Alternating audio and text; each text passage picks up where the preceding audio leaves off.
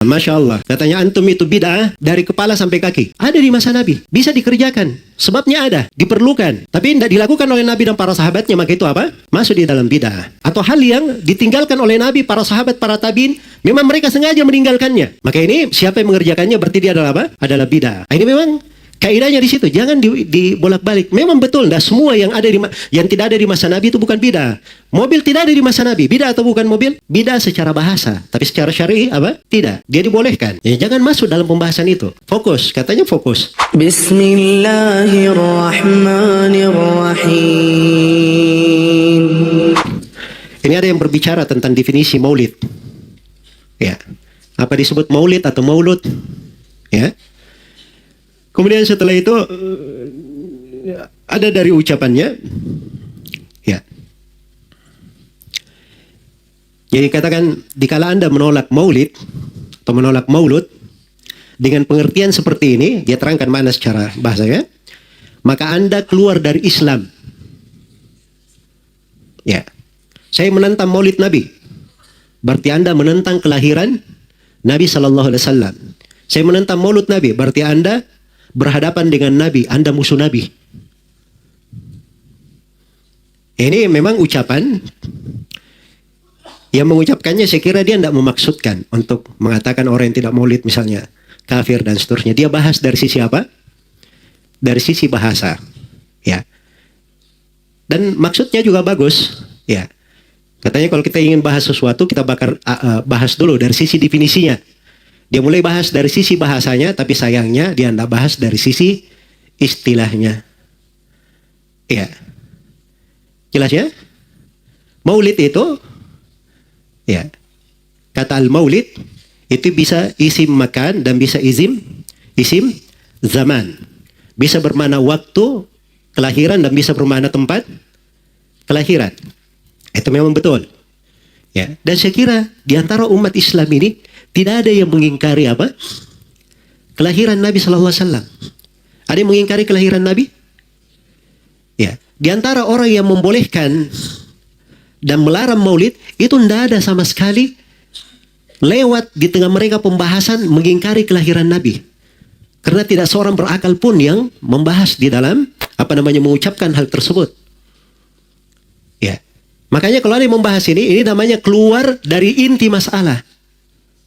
Keluar dari inti masalah. Akhirnya ucapannya dianggap bisa dibawa kepada pengertian lain oleh manusia. Ya, dan ini adalah hal yang gak layak. Baik. Yang kedua, ada kalimat-kalimat di dalam syariat seperti kata. Jadi kalau misalnya tanya, apa hukum gelas misalnya? Ya. Betul yang ditanya itu kalau hukum gelas itu tidak ada hukumnya. Yang ditanya misalnya hukum meminum dari gelas, hukum menggunakan gelas, jelas ya? Nah, itu benar. Ya. Apa hukum beras? Ya. Memang beras tidak ada hukumnya, tapi penggunanya beras itu sebagai apa? Sebagai zakat, sebagai makanan. Nah, itu yang dibahas tentang hukumnya. Tapi ada istilah berjalan di tengah para ulama, kalau ditanyakan seperti itu sudah dimaklumi. Contoh misalnya, apa hukum fitrah? Fitrah itu istilah para ulama, artinya zakat fitri. Zakat fitri, makanan pokok yang dikeluarkan itu namanya apa? Fitrah. Itu disebutkan oleh Imam Nawawi, istilah fuqaha. Jadi kalau ditanya apa hukum fitrah, orang sudah tahu fitrah itu apa. Jangan terangkan fitrah secara bahasa. Keliru. Sebab kita di sini berbicara tentang apa? Tentang istilah. Sama dengan maulid. Kok dibahas masalah bahasa? Berarti keliru semua nih orang-orang yang nulis tentang maulid ini. Ya. Apa Suyuti husnul maqsid fi amalil maulid, tapi hukmil maulid. Baiknya niat tentang amalan maulid. Disebut maulid. Ya. Jelas ya? Karena maulid ini sudah menjadi istilah perayaan. Jelas ya? Perayaan. Jadi kalau dia katakan saya ingkari maulid, itu kaitannya terkait dengan masalah perayaan maulid itu. Itu yang dibahas oleh para ulama. Jadi tidak cocok kalau seorang masuk di dalam pembahasan tersebut. Ya, apalagi setelah itu masuk di dalam menyalahkan kaidah-kaidah yang sudah tetap disepakati oleh para ulama. Ya. Ini dari ucapannya katanya Jadi katanya jangan ketika maulid bidah, masya Allah. Katanya antum itu bidah dari kepala sampai kaki. Ya. Saya luar biasa kesal. Kadang ada orang yang bikin perbandingan begini. Maulid Nabi. Zaman Nabi tidak ada, coret. Zaman sahabat tidak ada, coret. Zaman tabiin tidak ada, coret. Zaman ini ada. Ya, kalau begitu dia apa namanya? Bidah. Ya. Baik. Jadi katanya kalau antum kalau mengamalkan hukum seperti ini fatal katanya. Ya, ini fatal. Zakat pakai beras diberi contoh. Zakat pakai beras. Zaman Nabi coret, zaman sahabat coret, zaman tabi coret, zaman ulama coret. Ya zaman antum ada, berarti antum bidah pakai beras. Nah, ini pertama masuk di dalam hal yang dia menyelisihi kaidah yang sudah jelas. Itu benar kaidahnya. Tidak ada di masa Nabi dan para tabiin, tidak ada di masa Nabi, para sahabat, para tabiin. Dari hal memang diterangkan yang tidak ada itu kayak bagaimana bentuknya. Dari hal yang di masa Nabi itu sebabnya ada. Iya. Konsekuensi hal yang menyeru untuk melakukannya itu ada dan tidak ada penghalang di masa Nabi. Yang seperti ini itu tidak bisa menjadi apa? Menjadi syariat. Pasti dia masuk ke dalam bidah. Ada di masa Nabi. Bisa dikerjakan, sebabnya ada. Ya, diperlukan. Tapi tidak dilakukan oleh Nabi dan para sahabatnya, maka itu apa? Masuk di dalam bidah.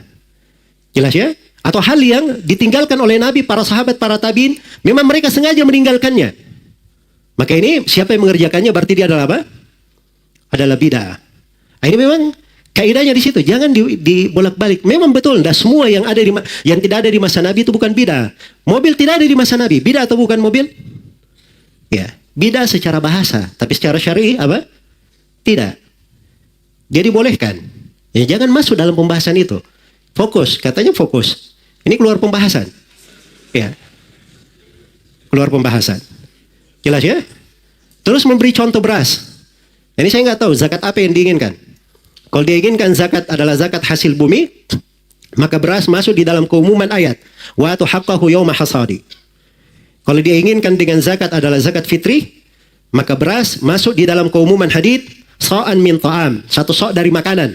Bukan gandum, bukan ini. Tapi makanan. Makanan, beras masuk makanan atau bukan? Makanan. Berarti ada dalilnya dari Al-Quran dan hadits. Jangan langsung bilang, oh tidak ada di masa Nabi. Dari mana dia bilang tidak ada? Iya. Ini karena kurang detail di dalam apa? Melihat dari dalil-dalil. Ya, siapa yang mengatakan bahwa mushaf itu dikumpulkan itu di masa Utsman? Tidak ada di masa Nabi sallallahu alaihi wasallam. Memang tidak ada di masa Nabi, tapi Nabi sallallahu alaihi wasallam sudah memberikan pondasi-pondasi syariatnya. Iya. Beliau perintah kepada Abdullah bin Amr bin As menulis dari beliau. Beliau berkata kepada para sahabat, "Uktubu li Abi Syah." Ya. Ini semuanya dari dalil-dalil yang menunjukkan bahwa penulisan itu adalah hal yang apa? Hal yang dianjurkan oleh Nabi. Karena itu ketika dikumpulkan, itu berjalan sesuai dengan kaidah-kaidah yang sudah diterangkan oleh Nabi sallallahu alaihi wasallam. Sama dengan sholat tarawih. Ya, memang di masa Nabi tidak ada sholat tarawih setiap hari. Tapi sholat tarawih itu pernah dilakukan oleh Nabi. Pernah dilakukan oleh Nabi. Walaupun cuma 3 malam beliau keluar. Dan alasannya beliau tidak lakukan setiap hari ada. Karena khawatir akan diwajibkan kepada siapa? Kepada umatnya. Jadi jangan dikatakan tidak ada dalilnya. Ya. Kadang pendalilan itu tidak harus secara nas. Mungkin ada teks umum atau ada makna yang melekat ke sana. Ya, tapi itu tadi kaidahnya, jangan keluar dari makna itu tadi. Jadi sesuatu itu kalau dia tidak ada di masa Nabi, padahal ada hal yang mengharuskan hal itu dikerjakan, ya. Sebabnya dan perkara itu juga tidak ada yang menahannya, tidak ada mania di situ, maka yang seperti ini itu adalah hal yang tidak boleh ada yang masuk di dalamnya. Bukan perkara yang apa?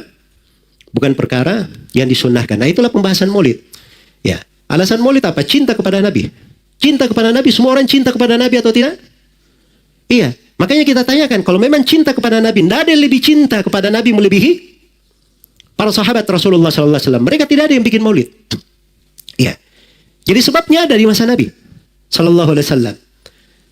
Tapi tidak ada para sahabat yang melakukannya. Menunjukkan bahwa itu tidak disyariatkan. Dan tidak ada penghalang. Iya. Menunjukkan bahwa itu bukan syariat.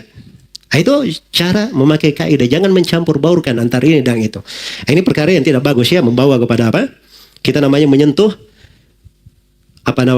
pembahasan-pembahasan yang sudah dikaji secara ilmiah oleh para ulama. Di ilmu usul fikih itu pendalilan itu ada sumbernya. Ada dari Al-Quran, ada dari hadits, ada dari ijma, ada dari qiyas, ada dari ucapan sahabat.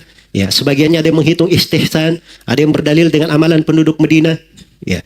Ada yang berdalil dengan masalih mursalah. Itu kan dibahas di pembahasan usul fikih.